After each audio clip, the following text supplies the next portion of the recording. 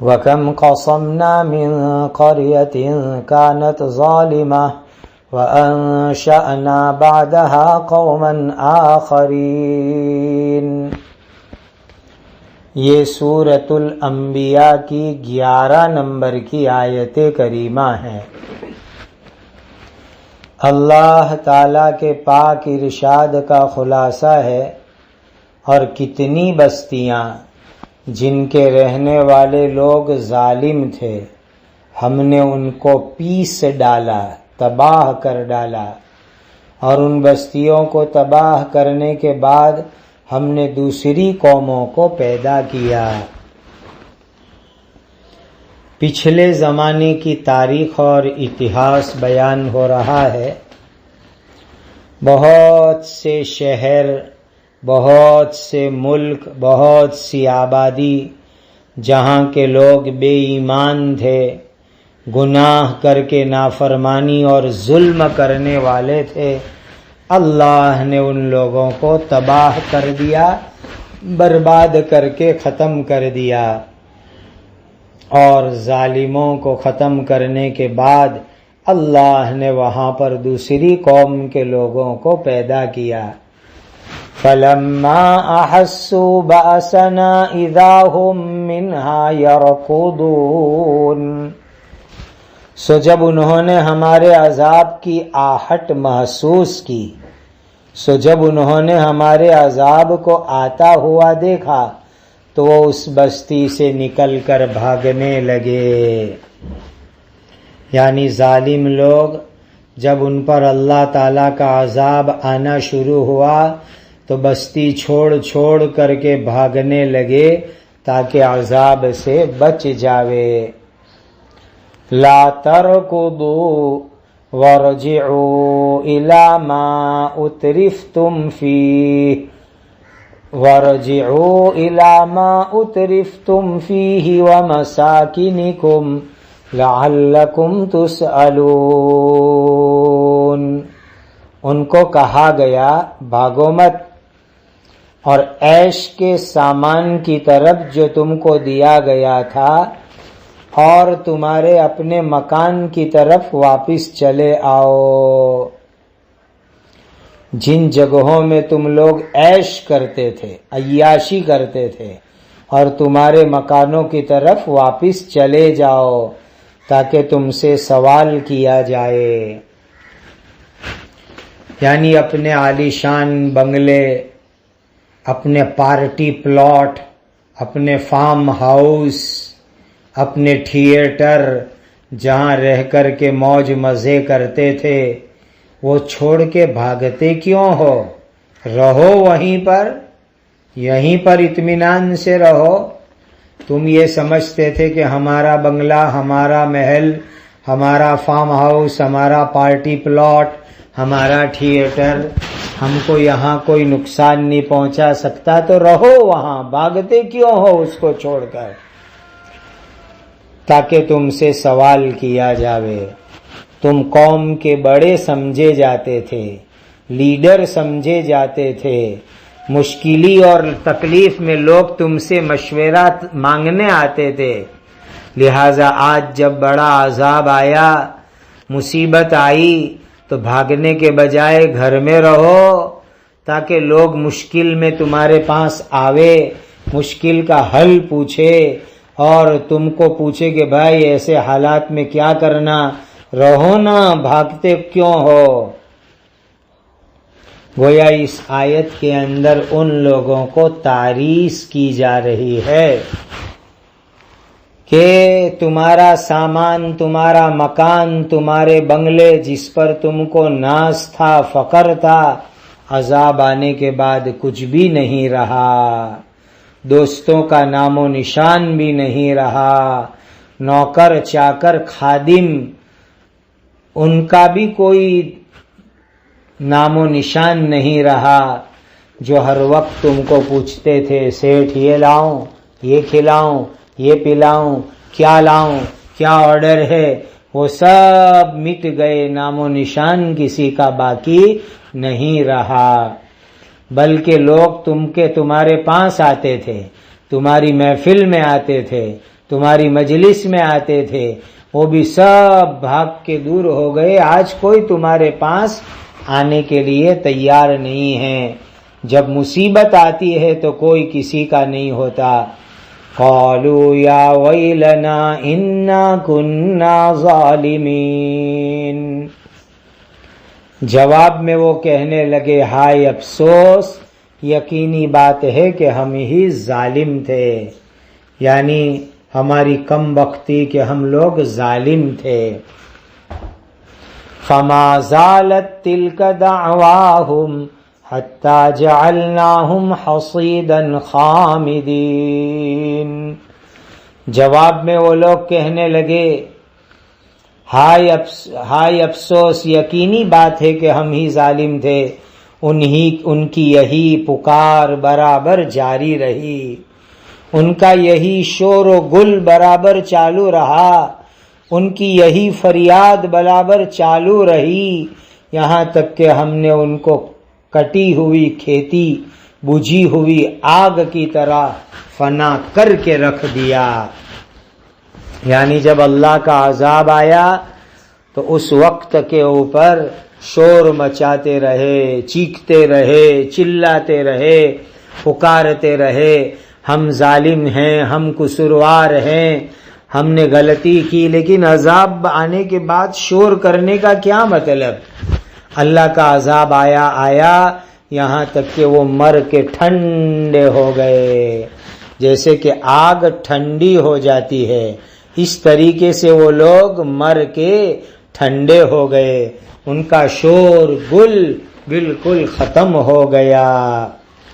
بعض تفسیر کی کتابوں میں لکھا ہے کہ یہ یمن کا قصہ ہے، یمن کے اندر حضورا قلابا نام کے شہر تھے، اللہ تعالیٰ نے اس شہر والوں کے پاس اپنے ایک رسول بھیجے جن کا نام کسی کتاب میں موسیٰ ابن میشا، کسی کتاب میں شعیب لکھا ہوا ہے۔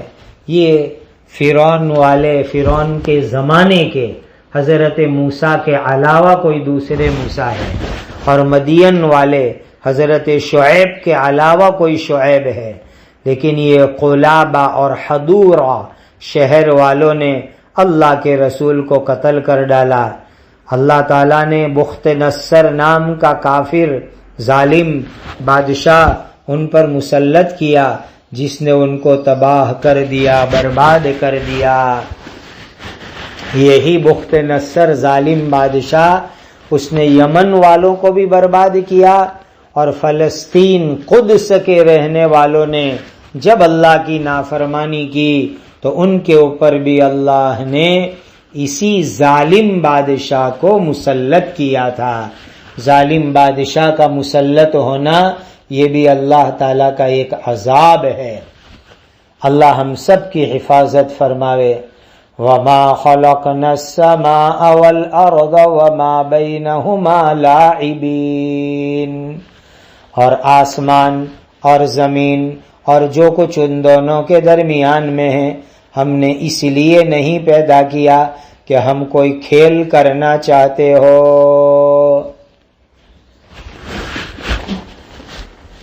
اتنا بڑا آسمان اور اتنی بڑی زمین اللہ نے فالتو اور بیکار نہیں پیدا کی۔ بعض مرتبہ انسان فارغ بیٹھتا ہے، نورا بیٹھتا ہے، کام نہیں ہوتا، کچھ نہ کچھ کرتا ہے، کچھ نہ کچھ بناتا ہے۔ آج کل جو مینٹلوں کے پاگلوں کے جو ڈاکٹر ہوتے ہیں اور جن کو ڈپریشن وغیرہ رہتا ہے، وہ ڈاکٹر لوگ بھی یہ صلاح دیتے ہیں، مشورہ دیتے ہیں کہ فارغ مت بیٹھو، خالی مت بیٹھو، اس سے تمہارا ڈپریشن بڑھ جائے گا، کچھ نہ کچھ کام کرو۔ تو آدمی بعض مرتبہ فارغ ہوتا ہے تو اپنا ٹائم پاس کرنے کے لیے کچھ بناتا ہے، کچھ کام کرتا ہے، گارڈننگ کرتا ہے، پودے لگاتا ہے اور کچھ کام کرتا ہے۔ تو اس آیت نے یہ سمجھایا، نعوذ باللہ نعوذ باللہ نعوذ باللہ، ایسا مت سمجھو کہ اللہ فارغ تھے، اللہ کے پاس ٹائم پاس کرنے کے لیے کوئی چیز نہیں تھی اسی لیے اللہ نے آسمان اور زمین بنایا۔ ہرگز نہیں، ہرگز نہیں، ہرگز نہیں۔ اللہ نے اتنے بڑے زمین اور آسمان کو حکمت سے بھرا ہوا بنایا ہے، مصلحت کی بنیاد پر بنایا ہے۔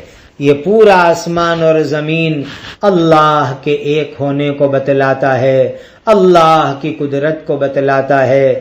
یہ آسمان اور زمین انسانوں کی خدمت کر رہے ہیں، جناتوں کی خدمت کر رہے ہیں، اور انسان اور جنات کو اللہ کی عبادت اور اللہ کی بندگی کرنا ہے۔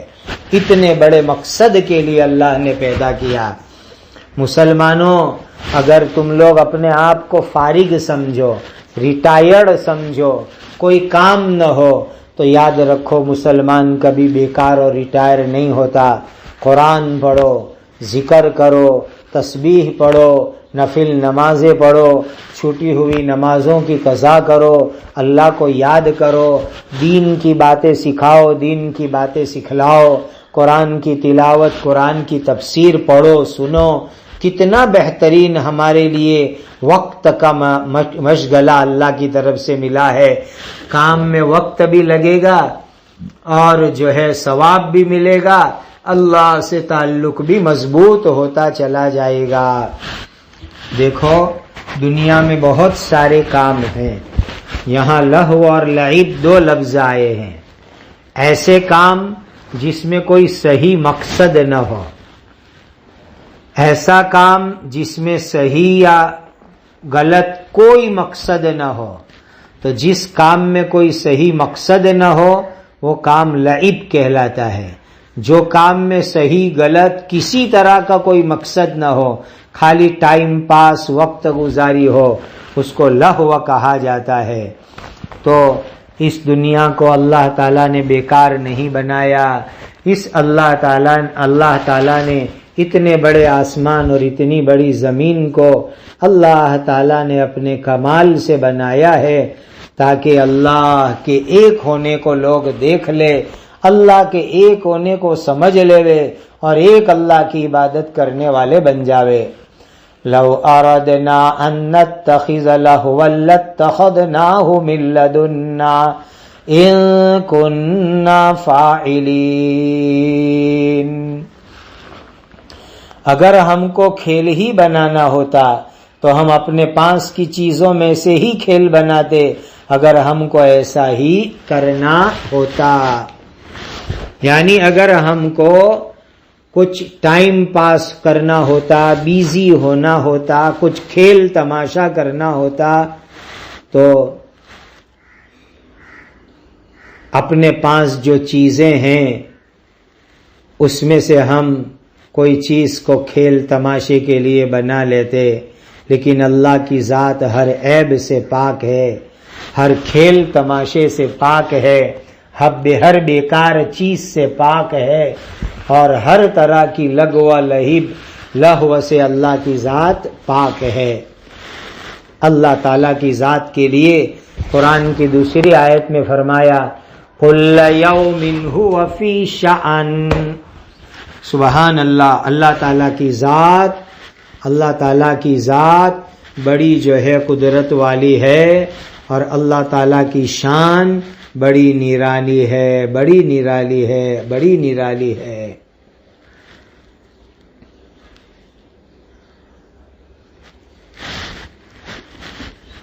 بل نقذف بالحق على الباطل فيدمغه فإذا هو زاهق وَلَكُمُ الْوَيْلُ مِمَّا تَصِفُونَ۔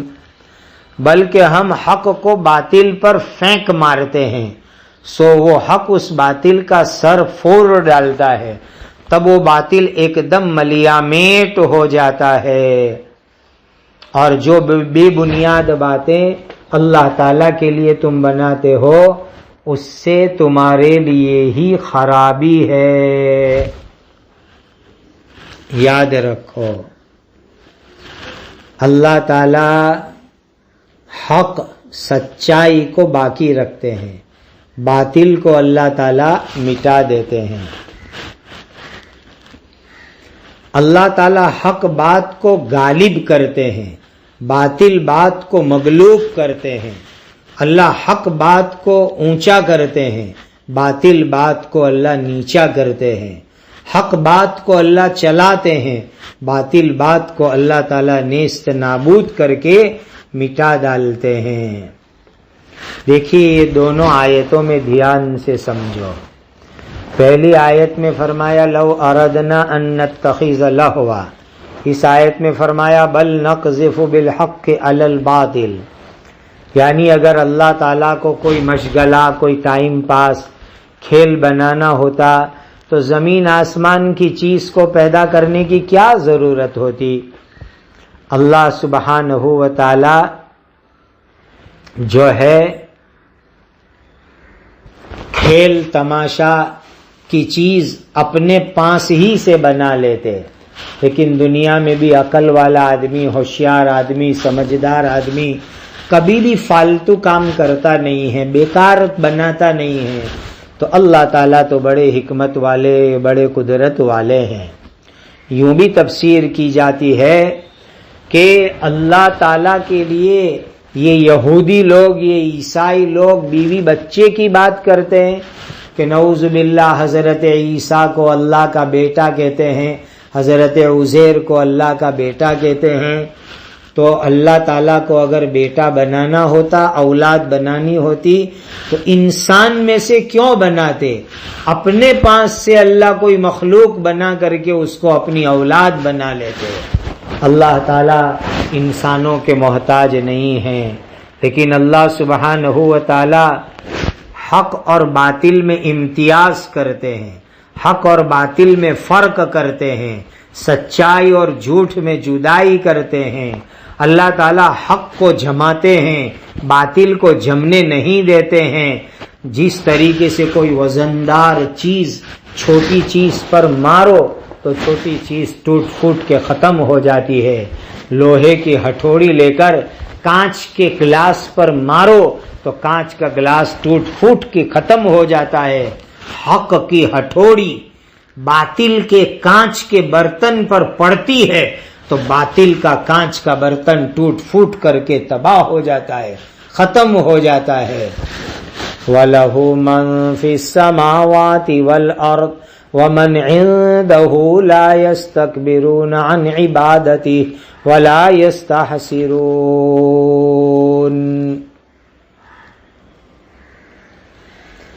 اور آسمانوں اور زمین میں جو لوگ بھی ہے وہ اسی اللہ تعالیٰ کی ملکیت میں ہیں، مالکی میں ہیں، اور جو فرشتے اس اللہ تعالیٰ کے پاس ہوتے ہیں وہ اس اللہ تعالیٰ کی عبادت سے تکبر نہیں کرتے، آر نہیں کرتے، اور وہ فرشتے تھکتے بھی نہیں ہیں۔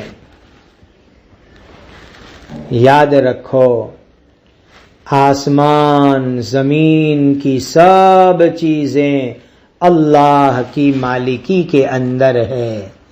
جو آدمی بھی اللہ کی عبادت کو چھوڑ کر کے کسی دوسرے کی عبادت کرے گا، اللہ کے لیے غلط عقیدہ رکھے گا تو اس کے لیے تباہی اور بربادی ہو جائے گی۔ یہ انسان ہے، جنات ہے جو اللہ کی نافرمانی کرتے ہیں، لیکن جو اللہ کے فرشتے ہیں وہ اللہ کی عبادت سے تکبر نہیں کرتے، آر نہیں سمجھتے، تھکتے نہیں ہیں، رات دن اللہ کے ذکر میں، اللہ کی عبادت میں لگے رہتے ہیں۔ تو فرشتے ہر وقت اللہ کی عبادت میں رہتے ہیں، ہر وقت اللہ کے حکم کو پورا کرنے میں رہتے ہیں۔ اے انسانوں، اگر تم اللہ کی عبادت نہیں کرو گے تو اللہ کی شان میں کوئی فرق نہیں پڑے گا۔ اب انسان دنیا میں بعض مرتبہ عبادت کیوں نہیں کرتا؟ دو ریزن ہوتی ہے۔ ایک ریزن، ایک وجہ، ایک کارن یہ ہوتا ہے کہ جس کی عبادت کرنی ہو اس کا درجہ اپنے سے نیچا سمجھتا ہے اور خود کا درجہ بہت اونچا سمجھتا ہے۔ بعض مرتبہ انسان سمجھتا ہے میرا مقام اونچا، میرا درجہ اونچا، میرا مرتبہ اونچا، اسی لیے میں دوسرے کی عبادت نہ کروں، کسی کے سامنے نہ جھکو۔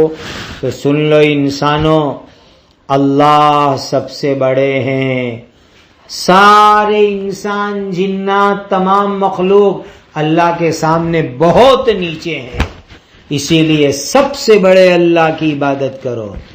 نمبر 2، بعض مرتبہ آدمی کنٹینیو عبادت کرنے سے تھک جاتا ہے، انسان ہے، کمزور ہے، تھکتا ہے، سوتا ہے، کھاتا ہے، پیتا ہے، ٹوائلٹ کرتا ہے، تو فرشتے جو ہے نا وہ رات دن اللہ کی عبادت کرتے ہیں، اور جو ہے اللہ کی عبادت کرنے سے وہ تھکتے نہیں ہیں۔ فرشتے کو نیند نہیں آتی، فرشتوں کو بھوک نہیں لگتی، فرشتوں کو ٹوائلٹ پیشاب پاخانے کی ضرورت نہیں پڑتی۔ سن لو، جس طریقے سے ہمارا سانس چلتا ہے اور سانس چلنے کے ساتھ ہم لوگ کھاتے ہیں، پیتے ہیں، سوتے ہیں، اس طریقے سے فرشتے ہر وقت سانس کی طرح اللہ تعالیٰ کا ذکر کرتے ہیں، اللہ کی تسبیح کرتے ہیں، اور اللہ کے ذکر کے ساتھ اللہ کا سارا حکم پورا کرتے ہیں، سارے کام بھی وہ لوگ کرتے ہیں۔ یسبحون اللیل والنہار لا یفترون، وہ فرشتے رات اور دن اللہ تعالیٰ کی تسبیح پڑھتے رہتے ہیں، اور وہ فرشتے کسی بھی وقت سست نہیں پڑتے ہیں، وہ فرشتے کبھی تھکتے نہیں ہیں۔ ام اتخذوا آلہۃ من الارض ہم ینشرون، کیا ان لوگوں نے زمین میں نئے معبود بنا لیے ہیں کہ وہ معبود مردوں کو زندہ کر کے اٹھا سکتے ہیں؟ نہیں نہیں نہیں نہیں، ہرگز نہیں اٹھا سکتے۔ یعنی ان مشرکین نے، بے ایمانوں نے اللہ کے ساتھ دوسرے بہت سارے معبود بنا رکھے ہیں، خدا بنا رکھے ہیں، تو وہ معبود کسی کو پیدا نہیں کر سکتے، کسی کو زندہ نہیں کر سکتے، کسی میں جان نہیں ڈال سکتے، یہ تو بیچارے بے سہارا ہوتے ہیں، پیدا کرنے والے اکیلے اللہ ہے۔ لو کان فیہما آلہۃ الا اللہ لفسدتا فسبحان اللہ رب العرش عما یصفون، اگر ان یعنی زمین اور آسمان میں اللہ تعالیٰ کے سوا کوئی دوسرے معبود ہوتے تو وہ دونوں یعنی آسمان اور زمین تباہ ہو جاتے، آسمان اور زمین دونوں کا نظام درہم برہم ہو جاتا، آسمان اور زمین دونوں خراب ہو جاتے۔ تو عرش کے رب اللہ تعالیٰ ان چیزوں سے بالکل پاک ہے جو یہ لوگ اس اللہ تعالیٰ کے لیے شرک بیان کرتے ہیں۔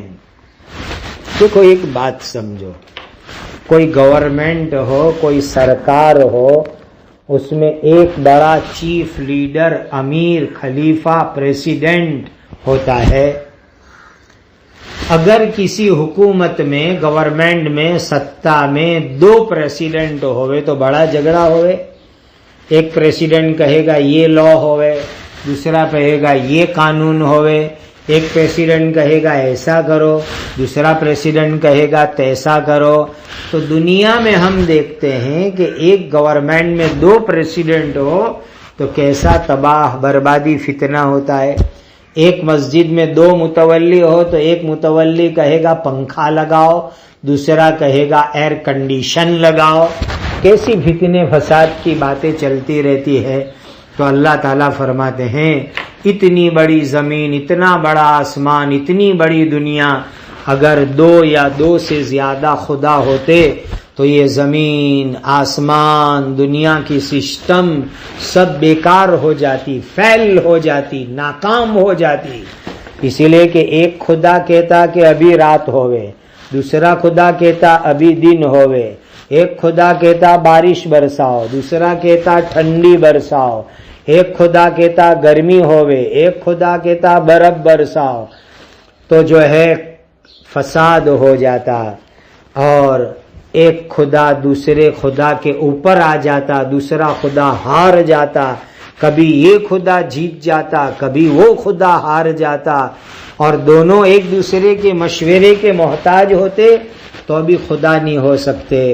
بس اس کائنات میں، اس دنیا میں، اس عالم میں، اس زمین میں کہیں پر بھی کوئی دوسرا خدا نہیں ہے، اکیلے اللہ کی حکومت ہے اور اکیلے اللہ حکومت چلاتے ہیں۔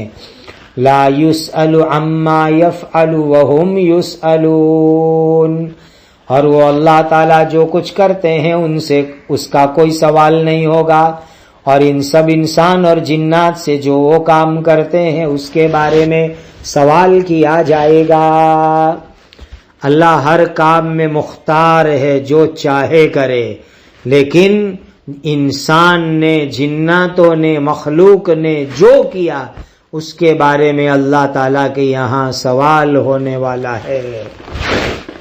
ام اتخذوا من دونه آلہہ قل ہاتوا برہانکم ھذا ذکر من معی وذکر من قبلی بل اکثرهم لا یعلمون الحق فہم معرضون۔ کیا ان کافروں نے اس اللہ تعالیٰ کو چھوڑ کر دوسرے معبود بنا رکھے ہیں؟ غلط ہے۔ تم ان سے کہو کہ تم اپنی دلیل شرک پر لاؤ، یعنی توحید کی بات میرے ساتھ والوں کی کتاب قرآن میں موجود ہے، اور یہی توحید کی بات مجھ سے پہلے والوں کی کتاب تورات اور انجیل میں موجود ہے۔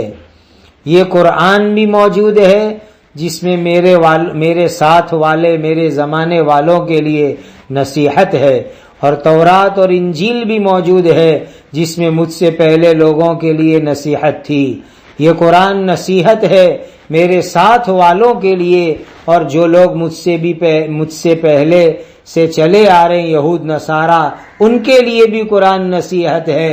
اس قرآن میں میرے ساتھ والوں کا بھی ذکر تذکرہ ہے اور مجھ سے پہلے لوگوں کا بھی ذکر تذکرہ ہے۔ حقیقت بات یہ ہے کہ ان میں کے اکثر لوگ حق بات کو سمجھتے نہیں ہیں، سو حق بات کو ٹالتے رہتے ہیں، سو وہ حق بات سے منہ پھیراتے رہتے ہیں۔ کتنی زبردست بات اس آیت کے اندر بیان کی گئی کہ اللہ کے سوا کوئی دوسرا معبود نہیں۔ اگر تم اللہ کے سوا دوسرا معبود مانتے ہو تو پروف کرو، دلیل لاؤ۔ کوئی دلیل نہیں۔ اور یہ توحید، اللہ کا ایک ہونا، قرآن میں بھی موجود ہے، اور پچھلے زمانے میں تورات، زبور، انجیل وغیرہ کتاب آئی تھی، اس میں بھی اللہ کا ایک ہونا بیان کیا گیا ہے۔ یہ قرآن اب تمام لوگوں کے لیے نصیحت بن کر کے آیا ہے۔ سب لوگوں کو اس قرآن کے اوپر عمل کرنا ہے۔ تو قرآن اب قیامت تک آنے والے انسانوں کے لیے نصیحت بن کر کے آیا۔ تو اللہ کا ایک ہونا، اللہ کی توحید پچھلے زمانے کے اندر نبیوں نے دنیا کو سکھائی، اور آخری نبی بھی اپنے زمانے کے لوگوں کو، قیامت تک آنے والے لوگوں کو یہ نصیحت سکھا رہے ہیں کہ ایک اللہ کی عبادت کرو۔ دیکھو آج بھی تورات، زبور، انجیل، یہ آسمانی کتابیں دنیا میں موجود ہے، اس میں تحریف ہو گئی، ملاوٹ ہو گئی، لیکن پھر بھی کہیں پر یہ نہیں ہے کہ ایک اللہ کو چھوڑ کر دوسرے کی عبادت کرنی، کہیں نہیں لکھا ہوا ہے۔ ہر جگہ ایک اللہ کی بات لکھی ہوئی ہے، لیکن یہ انسان اللہ کو چھوڑ کر کے غلط چیزوں پر جاتا ہے، گناہ پر جاتا ہے، اللہ کو چھوڑ کر دوسری چیزوں کی عبادت کرتا ہے۔ وَمَا أَرْسَلْنَا مِن قَبْلِكَ مِن رَّسُولٍ إِلَّا نُوحِي إِلَيْهِ أَنَّهُ لَا إِلَٰهَ إِلَّا أَنَا فَاعْبُدُونِ۔ اور تم سے پہلے کوئی رسول ہم نے ایسا نہیں بھیجا جس پر ہم نے یہ وحی نازل نہ کی ہو کہ میرے سوا کوئی معبود نہیں ہے سو تم میری عبادت کرو۔ ہر زمانے کے اندر اللہ تعالیٰ نے ہر رسول کے ذریعے دنیا کے لوگوں کو سکھایا ایک اللہ کی عبادت کرو۔ وَقَالُوا اتَّخَذَ الرَّحْمَنُ وَلَدًا سُبْحَانَهُ بَلْ عِبَادٌ مُكْرَمُونَ بل عباد مکرمون۔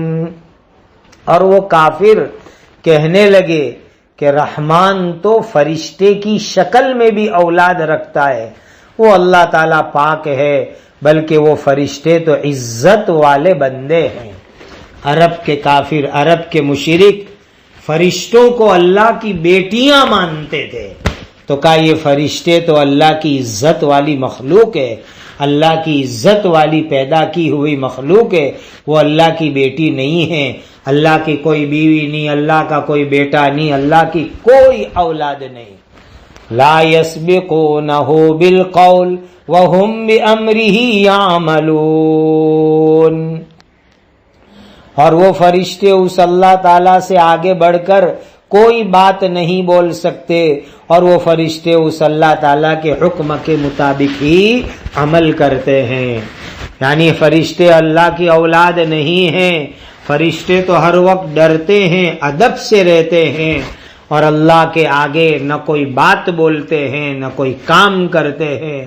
اللہ کی طرف سے جو بات ہوگی اسی کے مطابق کریں گے، اللہ کے سامنے بولنے کی ہمت نہیں کریں گے، اللہ کے آگے بڑھنے کی ہمت نہیں کریں گے۔ یہ فرشتے بڑے ادب والی مخلوق ہے۔ اس سے ہم کو سیکھنے کو ملا کہ جب مجلس کے اندر کوئی بڑا موجود ہو تو اس کے بولنے کا انتظار کرو، خود سامنے سے مت بولو۔